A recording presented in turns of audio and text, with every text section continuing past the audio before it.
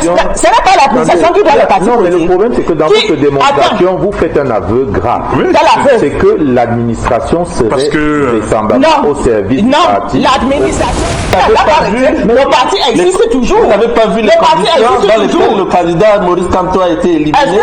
Vous n'avez pas vu comment le titre d'un ministère a été braqué pour enlever le droit d'un président de parti politique. Mais ce que je dis, c'est que face à un pouvoir autiste, l'opposition a de sérieuses difficultés, qui a commencé par la disqualification de l'opposant le plus en vue. Personne ne peut contester cela. Alors, cette disqualification, ce n'est pas seulement une fragilité, c'est une peur bleue de l'alternance que le pouvoir en place a exprimée. Quelqu'un qui se maintient au pouvoir malgré la volonté populaire, c'est un fossoyeur de la démocratie. Mais il a plutôt apporté ce que j'appelle, c'est une dictocratie. J'appelle ça la dictocratie parce qu'il y a surabondance des actes dictatoriaux que des actes démocrates. Il a apporté effectivement la ruine.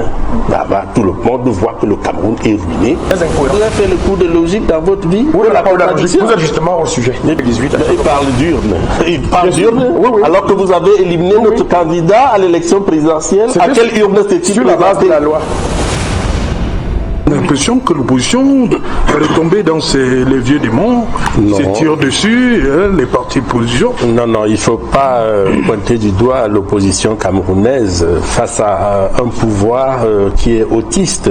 Donc vous n'avez pas à dire que l'opposition camerounaise ne s'organise pas. Le véritable problème... Ma question est celle-ci. Est-ce que vous avez su tirer profit de cette dynamique que tout le monde a vue au sortir de cette élection présidentielle?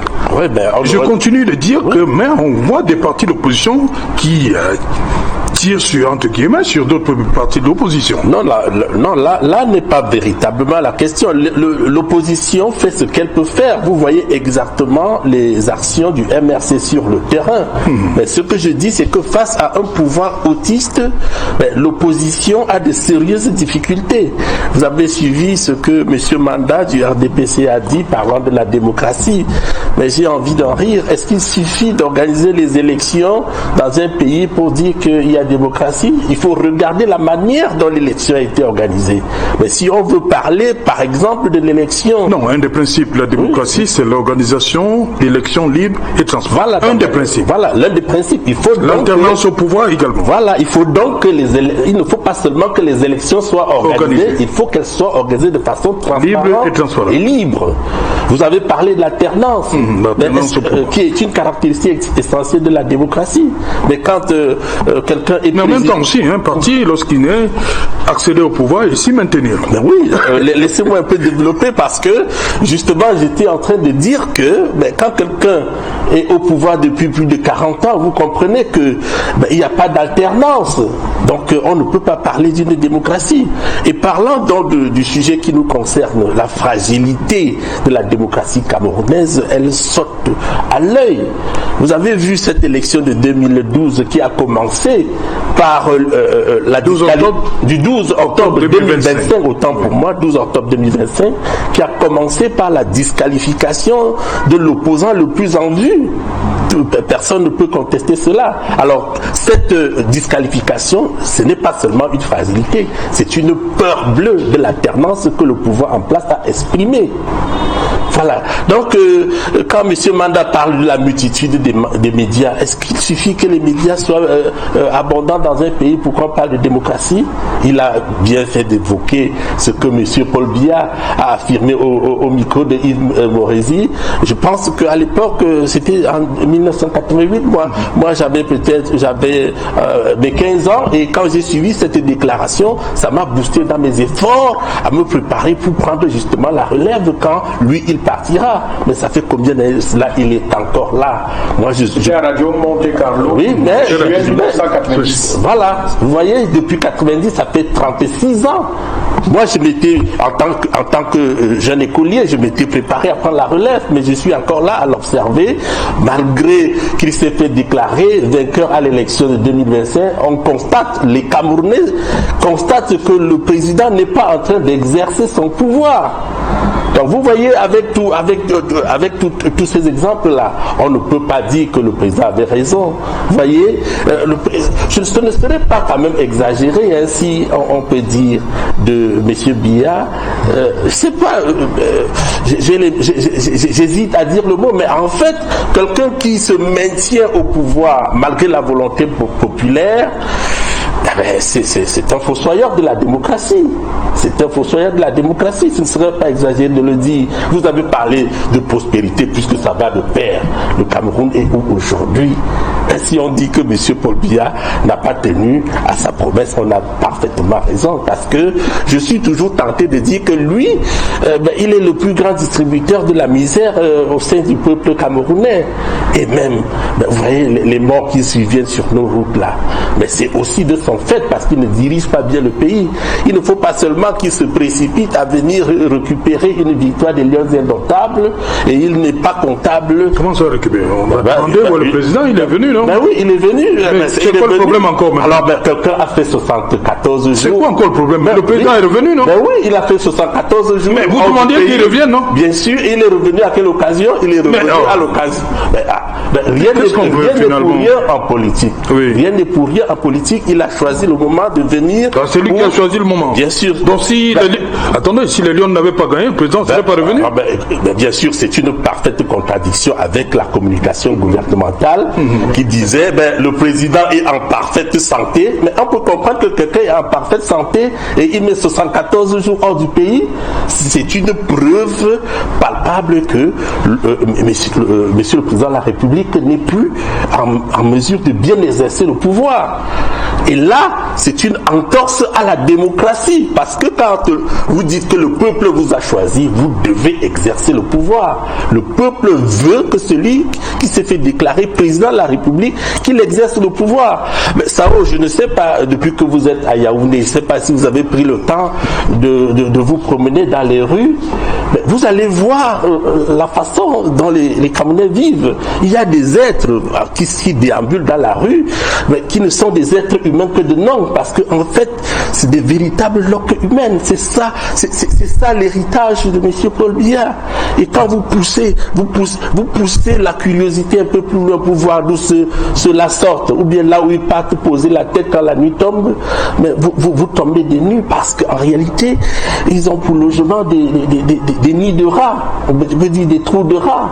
Mais voilà donc quelqu'un qui voulait qu'on retienne de lui, celui qui a apporté la démocratie et la prospérité, mais il a plutôt apporté ce que j'appelle, c'est une dictocratie. J'appelle ça la dictocratie parce qu'il y a surabondance des actes dictatoriaux que des actes démocrates.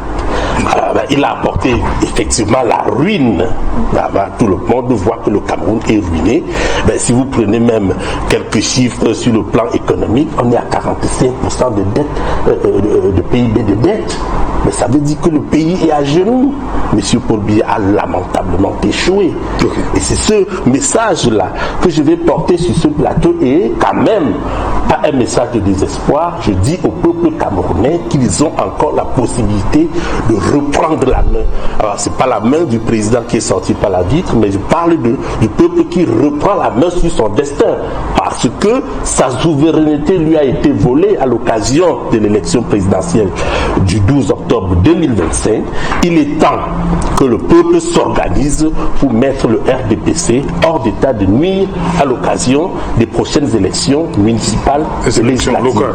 C'est faisable qu'il ne se décourage pas. Exceptionnellement. Oui. 30 secondes. Très élégant. Oui, allez-y, donc 30 secondes vraiment. 30 secondes. Non, vous connaissez que je suis ahuri face à cet océan de contradictions et d'incohérences. Parce que le professeur ne peut pas à la fois estimer que le président n'est venu, n'est retourné au pays que parce que les Lions ont gagné, et en même temps prétendre qu'il est incapable de diriger. Vous voyez, ça sonne très mal. S'il vous plaît. Non, c'est très incohérent. Vous avez fait le coup de logique dans votre vie? Vous êtes justement au sujet. Mais bien sûr. Parce qu'on parle de démocratie. On parle de démocratie. Vous parlez de quelqu'un qui a une calculette qui serait venu parce que Lyon aurait gagné. Oui, parce qu'il est. Et en même temps, vous dites qu'il n'est pas en capacité de diriger. Il est quand même venu. À venir. Vous parlez. Recevoir les liens, c'est ça gouverner. C'est ça donc le problème. Il n'y a pas de contradiction. C'est pour ça. Oh non, s'il vous plaît. Vous avez parlé, je vous ai laissé. Et c'est ça. Non, mais en fait, c'est ça. Pourquoi les Camerounais peinent à vous faire confiance, précisément? précisément parce que c'est cette incohérence. C'est-à-dire que vous n'êtes pas conséquent. Lorsque vous dites une chose, vous parlez de logique, on est loin d'en trouver une.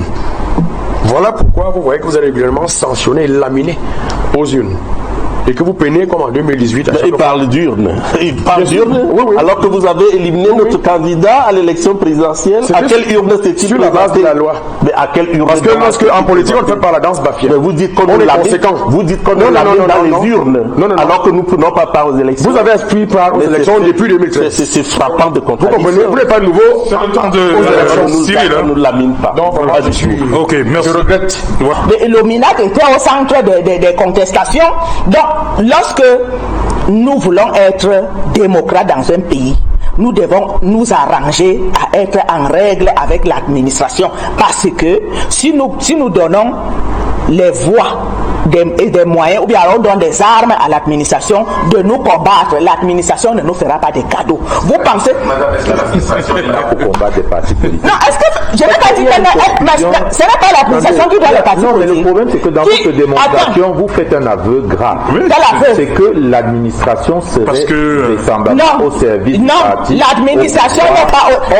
Si l'administration était au service du parti au pouvoir uniquement, on ne serait pas, les partis d'opposition ne seraient pas en train d'aller voir les sous-préfets pour légaliser les papiers, ne seraient pas en train d'aller voir les maires des autres partis politiques pour légaliser les actes de naissance. Une opposition autorisée et une opposition. Non, il n'y a pas une opposition autorisée. C'est le MINAC. C'est le MINAC qui donne. Non. C'est le MINAC qui autorise les partis politiques. Il y a l'alliance. Vous parlez de quoi? C'est le MINAC qui autorise les partis politiques. Est-ce que le MINAC, si le MINAC était contre le MSC, il aurait retiré peut-être, il aurait retiré l'autorisation du MSC, mais il n'a pas retiré. Le parti existe toujours. Vous n'avez pas vu les conditions dans lesquelles le candidat Maurice Kamto a été éliminé. Vous n'avez pas vu comment le titre d'un ministère a été braqué pour enlever le nom d'un président de parti politique. Je ne suis pas webmaster. Il y a des sites de partis politiques. Je ne suis pas webmaster. Donc je ne peux pas savoir si le site existait ou pas. J'analyse ce qui est à mon niveau et je vais dire que il faut, lorsqu'on prépare la guerre, lorsqu'on veut aller loin, on prépare sa monture. L'UNDP ne peut pas s'asseoir et dire je ne vais pas à l'élection législative et municipale et puis dire je vais seulement être à la présidentielle. Tout le monde. J'ai ri quand vous parlez ainsi. Vous ne pouvez pas être dans un parti où le président de votre parti dit que si lui n'est pas candidat, si lui n'est pas président de la République, vous autres, vous ne devez pas être député ou maire. Vous prenez ça où? Mais vous ne savez pas un maire et un député, non? Vous n'avez pas la taille d'un maire ou d'un député. C'est terrible. Vous ressemblez à un député.